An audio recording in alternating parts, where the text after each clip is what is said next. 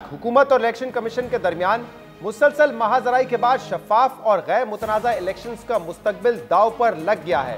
हुकूमत chief election commissioner की साख और किरदार पर संगीन इल्जामात लगा रही है। चीफ इलेक्शन कमिश्नर पर ऑपोजिशन के तर्जुमान होने का इल्जाम लगाया जा रहा है, जबकि दूसरी तरफ इलेक्शन कमीशन भी हुकूमती इक़दामात के खिलाफ खड़ा नजर आ रहा है।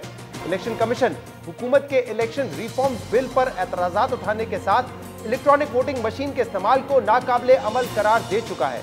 इसके बाद सवाल यह है कि इस महाजराई और इल्जाम तराशी के बाद आइंदा आम इंतखाबात गैर मुतनाज़ा कैसे होंगे।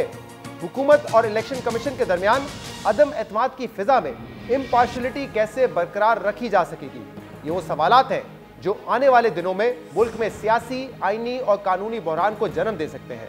दिलचस्प बात यह है कि पाकिस्तान तहरीक इंसाफ की हुकूमत और मौजूदा इलेक्शन कमीशन के दरमियान ताल्लुकात हमेशा ऐसे नहीं थे। अहम बात यह है कि मौजूदा चीफ इलेक्शन कमिश्नर खुद हुकूमत के नॉमिनी थे। उन्हें वजीर आजम की मंजूरी से चीफ इलेक्शन कमिश्नर लगाया गया था और जब सिकंदर सुल्तान राजा ने ओहदा संभाला उसके बाद तकरीबन एक साल के अरसे तक वजीर आजम इमरान खान उन पर भरपूर एतमाद का इजहार करते रहे, उनकी तारीफें करते रहे।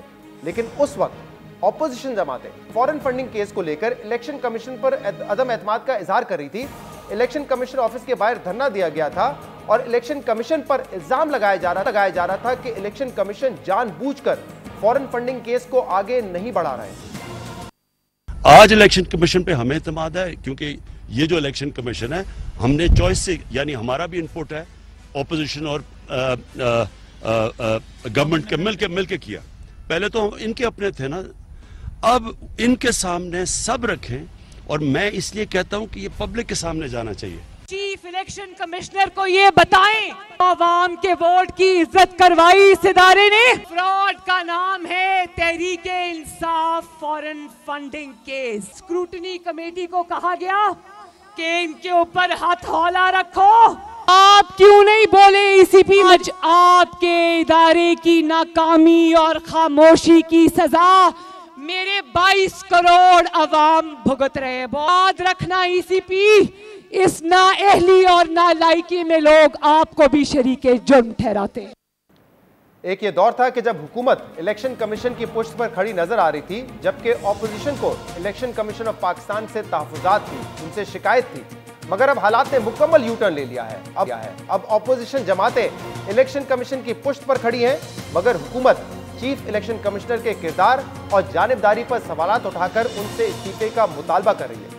हुकूमती हलकों में कुछ लोगों का यह भी दावा है कि जब से ऑपोजिशन ने फॉरेन फंडिंग केस को लेकर इलेक्शन कमीशन पर दबाव डालना शुरू किया है, उसके बाद से इलेक्शन कमीशन ऑफ पाकिस्तान ने हुकूमत के खिलाफ जानिबदारी का मुजाहरा करना शुरू कर दिया है।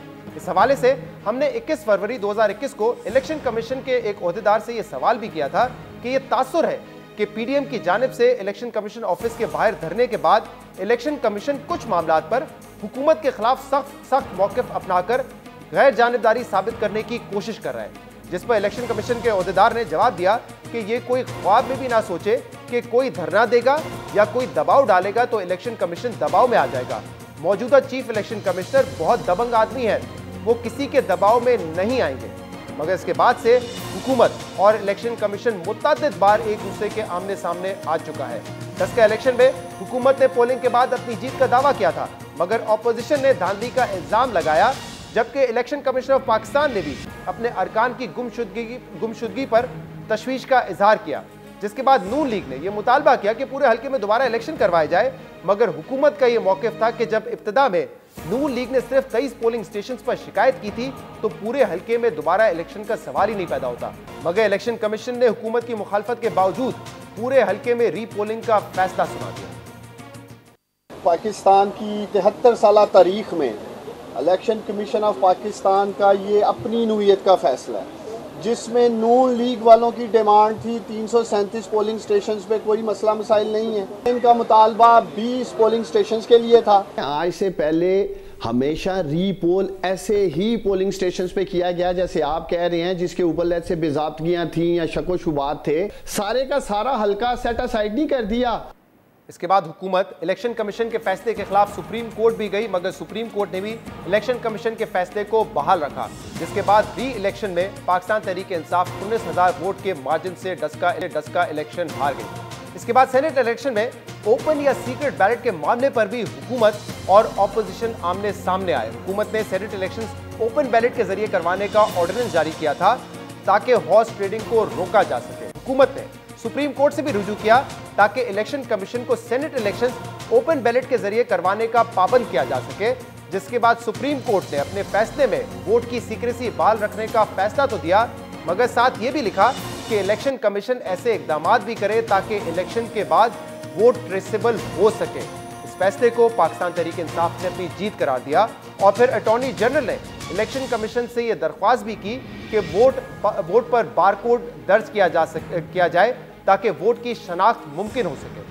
मगर इलेक्शन कमीशन ने इलेक्शन से एक दिन पहले अपने बयान में कहा कि सेनेट इलेक्शंस सीक्रेट बैलेट के जरिए ही होंगे जिस तरह माजी में होते रहे हैं। ईसीपी ने यह भी बयान में कहा कि वक्त की किल्लत की वजह से इलेक्शन कमीशन ने यह फैसला किया है। अहम बात यह है कि सेनेट इलेक्शन से कुछ रोज पहले यूसुफ रजा गिलानी के बेटे अली हैदर गिलानी की कुछ वीडियो सामने आई थी, जिसकी बुनियाद पर हुकूमत ने पाकिस्तान पीपल्स पार्टी पर वोट खरीदने के इल्जाम लगाए और इलेक्शन कमीशन में शिकायत भी दर्ज की। और फिर हैरानकुन तौर पर 3 मार्च को अक़लियत में होने के बावजूद यूसुफ रजा गिलानी सेनेट इलेक्शन जीतने में कामयाब हो गए, जिसके बाद वजीर आज़म इमरान खान ने कौम से खिताब में कहा कि सेनेट इलेक्शन में इलेक्शन कमीशन ने ऑपोजिशन को हॉर्स ट्रेडिंग का मौका दिया। इलेक्शन कमीशन आपका बहुत बड़ा रोल है। आपकी सबसे बड़ी जिम्मेदारी साफ और शफाफ इलेक्शन है। पहले तो मुझे ये नहीं समझ आई कि आपने अदालत में क्यों जाके कहा कि जी खुफिया बैलेट होनी चाहिए। कोई आइन इजाजत देता है चोरी करने की, रिश्वत देने की? कोई आइन इजाजत देता है जो 30 साल से हो रहा है? फिर जब आपको सुप्रीम कोर्ट ने मौका दिया, क्या उन्होंने आपको कहा कि हाँ उस दिन सीक्रेट बैलेट करवा लो, लेकिन उसके बाद उनकी आइडेंटिफिकेशन रखो बैलेट की कि हम मसलन आज पता चलवाना चाहते हैं जी हमारे 15-16 लोग जो बिके हैं, आपने उन मुजरिमों को भी बचा लिया ये सीक्रेट बैलेट करवा के। आपने हमारी जमहूरियत को नुकसान पहुंचाया है। वजीर आज़म इमरान खान के इस बयान पर इलेक्शन कमीशन ने शदीद रद्द-ए-अमल दिया। इलेक्शन कमीशन ने अपने तहरीरी बयान में लिखा कि इसे वजीर आज़म का बयान सुनकर बहुत दुख हुआ। यह हैरानकुन बात है कि एक ही रोज एक ही छत के नीचे जो हार गए वो नामंजूर, जो जीत गए वो मंजूर। क्या यह खुला तजाद नहीं है? इलेक्शन कमीशन ने हुकूमती तनकीद को मुस्तरद करते हुए कहा कि जमहूरियत, आज़ादाना इलेक्शन और खुफिया बैलेट का यही हुस्न है जो पूरी कौम ने देखा। हर सियासी जमात और शख्स में शिकस्त तस्लीम करने का जज्बा होना चाहिए। इलेक्शन कमीशन के इस बयान ने हुकूमत से महाजराई के तासुर को मजीद तक़वीत दी। इस बयान पर मुख्तलिफ तज्ज़ियाकारों की जानिब से भी ये तनकीद होती रही कि इलेक्शन कमीशन बेशक मौक़िफ़ दे, लेकिन जो ज़बान इस्तेमाल की गई वो एक आईनी इदारे को सूट नहीं करती। इलेक्शन कमीशन को ऐसे बयानात से इज्तनाब करना चाहिए जिससे सियासी बयानबाजी का तासुर सामने आए। सेनेट इलेक्शंस में मुबैना हॉर्स ट्रेडिंग और इलेक्शन कमीशन के बयान पर वफाकी वुज़रा ने भी शिकवा किया और ये कहा कि जिस तरह डस्का इलेक्शन में फुर्ती दिखाई गई, इलेक्शन कमीशन ने उसी तरह मुबैना तौर पर वोट खरीदने की वीडियोस की मौजूदगी के बावजूद सेनेट इलेक्शंस में हॉर्स ट्रेडिंग की तहकीकात के लिए कोई फुर्ती नहीं दिखाई। इलेक्शन कमीशन ऑफ पाकिस्तान को दुखी होने के बजाय शर्मिंदा होने की जरूरत है। जो इलेक्शन है उसको जो शफाफ बनाने की जो जिम्मेदारी थी वो उस तरीके से पूरी जो है वो नहीं हो सकी। हॉर्स ट्रेडिंग जो है वो नहीं रुक सकी। अब इसके ऊपर दुखी होने की तो बात नहीं है, मेरे ख्याल में इस पर तो थोड़ा सा शर्मिंदा होने की बात है। आपके पास वीडियो है, वीडियो में खरीदारी हो रही है। सिंध के एक सीनियर मिनिस्टर नासिर अली शाह साहब जो हैं उनकी आवाज़ में वो कह रहे हैं कि 10-12 करोड़ रुपया जो है मैं उससे भी ऊपर कर दूंगा। तो वीडियोज आई हैं वो तो खुद शाहिद है ना आपने तो उसको जज करना था। दुखी रूह बनने की तो बिल्कुल ही जरूरत नहीं है। सेनेट इलेक्शंस में महाजराई के बाद अब हुकूमत और इलेक्शन कमीशन इलेक्शन इस्लाहात के मामले पर भी आमने सामने खड़े हैं। इलेक्शन कमीशन हुकूमत की जानिब से इलेक्ट्रॉनिक वोटिंग मशीन के इस्तेमाल की तजवीज़ पर कम अज़ कम 37 एतराज़ात उठा चुका है। इलेक्शन कमीशन को यह एतराज़ है कि इलेक्ट्रॉनिक वोटिंग मशीन ना धांधली रोक सकती है, ना इसके जरिए वोटर की शनाख्त खुफिया रहेगी, बल्कि ईसीपी का मौक़िफ़ यह है कि इलेक्ट्रॉनिक वोटिंग मशीन हैक हो सकती है। इलेक्शन कमीशन ने यह एतराज़ भी किया है कि ईवीएम के इस्तेमाल से कम अज़ कम 150 अरब रुपए का खर्चा होगा। वोटर्स भी इतने तालीम याफ्ता या टेक्नोलॉजी से हम आंग नहीं है कि ईवीएम के जरिए वोट डाल सकें, जबकि इसके इस्तेमाल के लिए वक्त भी बहुत कम रह गया है। और 2 साल से भी कम अरसे में इसके इस्तेमाल की ट्रेनिंग देना नामुमकिन है। ईसीपी के इन एतराज़ात के जवाब में वफाकी वुज़रा ने कहा है कि इलेक्शन कमीशन के अक्सर एतराज़ात बिल्कुल बेबुनियाद हैं, जबकि अक्सर मामलात का ताल्लुक इलेक्शन कमीशन ऑफ पाकिस्तान के साथ है ही नहीं। इलेक्शन कमीशन ऑफ पाकिस्तान ने कुछ 37 नुकात के अपने ऑब्जर्वेशंस कह लें वो उन्होंने जमा कराई हैं। 37 पॉइंट्स को अगर आप देखें तो उसमें से 27 ऐसे नुकात हैं जो कि जिसका कि इलेक्ट्रॉनिक वोटिंग मशीन से या टेक्नोलॉजी से कोई ताल्लुक नहीं है। चीफ इलेक्शन कमिश्नर साहब को ज़्यादा शौक आया हुआ है कि वो एक अपोजिशन के माउथ पीस के तौर के ऊपर काम करना चाहते हैं। इलेक्शन कमिश्नर जो हैं, जो कि उनका ताल्लुक होगा, जाहिर है कि वो एक करीबी राब्ते में रहे हैं नवाज शरीफ साहब वगैरह से। इलेक्शन कमिश्नर साहब ने इस तरह से एक सियासत करनी है तो मैं तो उनको दावत दूंगा कि वो इलेक्शन कमीशन को छोड़े और ख़ुद इलेक्शन में उम्मीदवार आ जाए। इलेक्शन कमीशन कहता है कि जी हम EVM इसलिए नहीं ला रहे कि इसका फाइनेंशियल लायबिलिटी है। अब फाइनेंशियल लायबिलिटी से इलेक्शन कमीशन का क्या ताल्लुक है? ये तो फाइनेंस मिनिस्ट्री जाने और हुकूमत जाने कि वो पैसे देना चाहते हैं या नहीं। तो इस तरह के अहमकाना जो ऑब्जेक्शंस जिस तरह के उन्होंने EVM के ऊपर लगाए और फिर एक सियासत की। तमाम 37 ऑब्जेक्शंस उनके आए हैं, वो किसी फोरम पे नहीं आए, वो उनके स्पोक्स पर्सन ने मीडिया को जारी। उसके बाद स्टैंडिंग कमेटी में अब कराए हैं ना जी, मीडिया में पहले लीक किया गया। वफाकी वुज़रा इलेक्शन कमीशन के किरदार, इसकी साख और जानिबदारी पर सवालात उठा रहे हैं।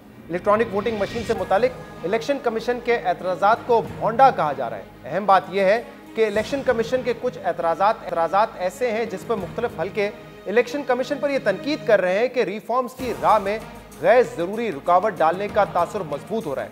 हुकूमत और इलेक्शन कमीशन के दरमियान इसी अदम एतमाद की वजह से अब यह सवाल मजीद संगीन हो गया है कि ऐसे माहौल में गैर मुतनाज़ा इंतखाबात कैसे होंगे।